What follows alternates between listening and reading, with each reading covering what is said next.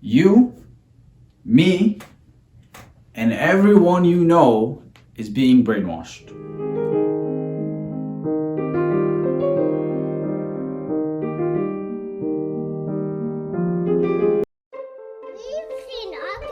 Are we a normal family? We have 2 kids, order Domino's for dinner sometimes. All right, I'm ready to go. In many ways, we fit the kind of normal stereotype. Our kids, Caden and Zyler, are 3.5 years old, and we're raising them using they, them, their gender-neutral pronouns so that they can decide for themselves when, if, and how they want to identify as a gender. Many kids spend more time in front of a screen than they do reading, talking with family and friends, or playing outside. The question is, to what extent are we being brainwashed? The next big question arises. Who's doing the brainwashing? Bingo. If you don't take active measures to raise your awareness and control what you will allow yourself to be roused by, you will be a leaf blowing in the wind, persuaded to become a person that is a byproduct of what the influencer had in mind. You should become the captain of your ship and monitor who you are and what you are becoming. Everything around you is brainwashing you. You must begin to curate your life and control what you let into your life and what you allow yourself to be exposed to. Kids are being desensitized via explicit content on social media, TikTok, for example. Girls are showing it all for $3.99 a month. You'll see your girl in college, for example.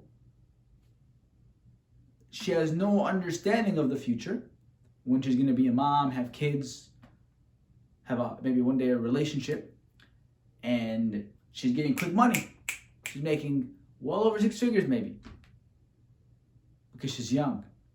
But she doesn't understand the what's it called? The cost-benefit analysis.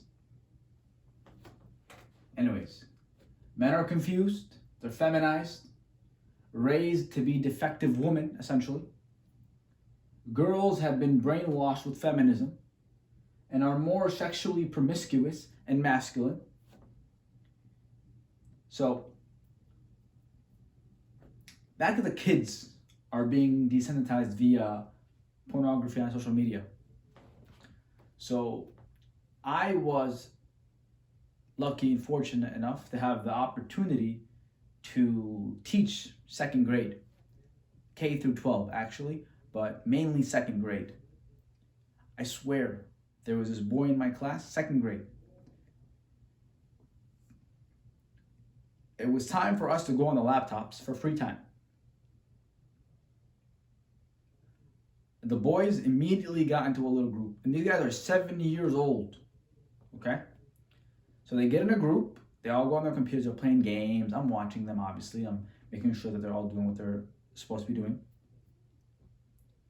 And this boy kind of turned his computer to the side. And, I was young once. So I know, this devious actions. So, immediately I'm suspicious. But I'm like, okay, I'm gonna give him a second. I'm not gonna jump immediately to him. I'm gonna go loop around and help some people out, and then I'm gonna take a look. And I don't see anything explicit yet. And then one of the boys comes up to me, he's like, hey, he's telling me to put butts in it. And the ASS word, right? I tell him, hey, what are you doing? I busted him. And he kind of is laughing and joking, and I can tell what he was doing. He was trying to convince other boys to also do it. I had to tell him to close his computer, put his head down. Time out. He starts trying to throw a tantrum. Obviously, I had to control the situation and had to maintain my authority. And I tried to put him in timeout, and he tried to go to the what's it called, where you put the coats. They call them cubbies. And I'm like, no, you can't go to the cubbies. You're in timeout right now. You can't play anything. Sit right there, please. I don't even think I said please, but this kid was just, I felt bad for him. Because I saw his mom drop him off. Him and his other brother, which is in another class. I think it's in first grade or third grade. And I was recently at the mosque and they talked about this. You know? They talked about how when kids have iPads and phones and laptops, they should never be alone. You know? But it's how can I say this? It's going to happen sooner or later. You know? So this is just the kids. I know guys my age, younger than me, older than me, that are still in trouble. And they have no idea they're in trouble. So let me continue. I had to tell a teacher, by the way. I told his teacher that what was going on. Like, hey, I caught him doing this. I thought it's important for me to bring it to your attention. I don't know how she's going to deal with it, but it needs to be dealt with. The problem is if it's not dealt with, it's going to creep in to be a big problem for the child. Anyways, let's keep going. So I realized that I must begin to brainwash and condition myself to be the man that I want to be, not what society wants me to be. So you probably know this. I attended another seminar or gathering where we talked about this whole LGBTQ push in the schools.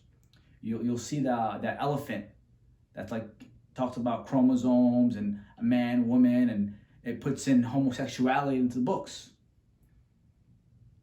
So if you allow the system to brainwash you, you will be confused about your own gender. Your kids will be confused. They will fall into this haram. So you must begin to brainwash yourself and adopt the habits and lifestyle changes that you need to achieve your desired outcome. I like something that said, you allow the manipulator to manipulate to see where they want you to go. And then you break free of the shackles and you punish the perpetrators. Allow manipulation to find out where your enemy wants you to go, then use your mind to break the trap and punish the perpetrators. The reason that's so important is because if you don't know where your enemy wants you to go, you might end up there on accident. If you don't allow your enemy to tell you what they're trying to do to you, you might accidentally end up where they want you to be. So you sit there and you listen to their bullshit head to toe and you say, why? You don't even ask why. Listen to their bullshit head to toe and say, okay, I agree. What do you want me to do? And when they tell you what they want you to do, you use your mind to break the trap and you punish the perpetrators. So, but it all begins with you. You got to brainwash yourself and you got to take control of your life. So I started asking myself, who do I want to be? I know where they want me to go, but I don't want that.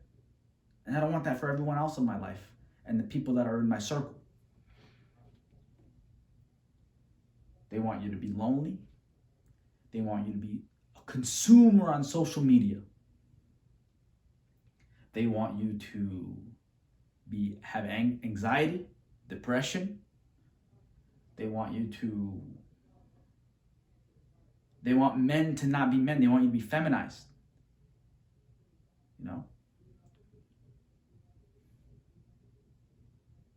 So you have to ask yourself, who do I want to be? I actually have a dream board of who I want to be. I have Bruce Lee on there. I have like martial arts, karate, Lyoto Machida, I believe his name. I hope I didn't mispronounce his name. He's the one that inspires me to do more karate. I have my father on there. I have my family. I have financial freedom. They want you to be a person who relies on the government. They want you to be a person who can barely make it month to month living financially. So you have to pay very close attention to what society is conditioning you to become. I wrote some notes here, so I'm going to read off my notes.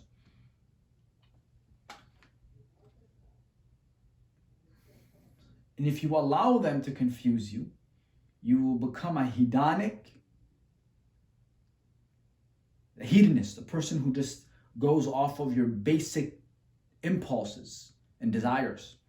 And the problem is, human nature, once you begin to understand it, you realize that we are truly, nature is wild. You can become anything, right? You can be conditioned when they do studies on monkeys and children.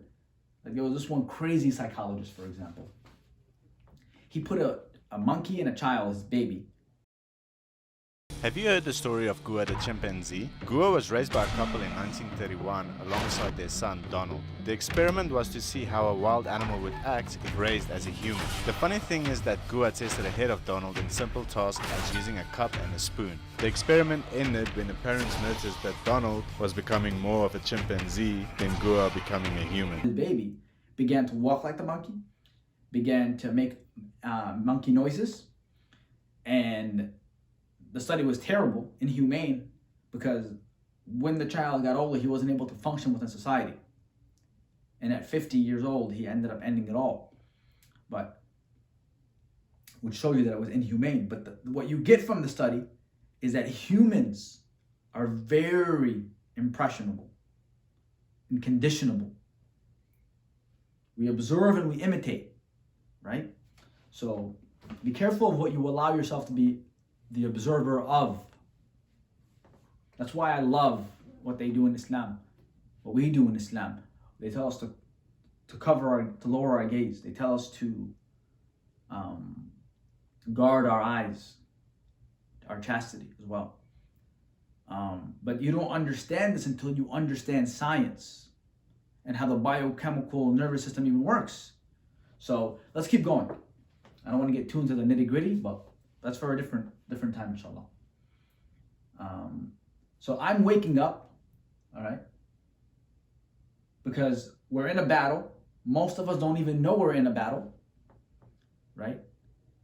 And most people don't even have the tools or aren't aware of the tools they need to win the battle. So I'm going to start using social media, which you should do the same, to connect with other people, right? Collaborate with other people, create with other people, create content. You know what happens when you create content? You become maybe an influencer. I don't like the word influencer, but you become an influencer. You get more status. Maybe you'll find people to connect with. You'll make more money. You'll start a business. So don't be a passive consumer of media. Become a producer. Find something that you enjoy to create. You might not be able to make money off of it today or tomorrow or next week, but if you stay consistent enough, which I plan on doing, you're gonna start beginning to see, because I've noticed this is what people do. They create content, they meet people, and they find the group they want to belong to, and they make content that kind of goes in alignment with what the people are saying in that group, and they slowly become a member of that community. So find your community, and produce content. I don't care if you're not good. I'm not good right now. Look, I'm reading off a screen, right? I did whatever I have. I'm using my phone to film. But we have the tools to fight this battle. Let's see. So do you have the tools to fight this battle? Most of you don't. I hope you do. I hope you're one of the few that does. If not, I'll tell you what I've been doing and what I'm becoming in the next video. And I'll see you in the next one. Bye.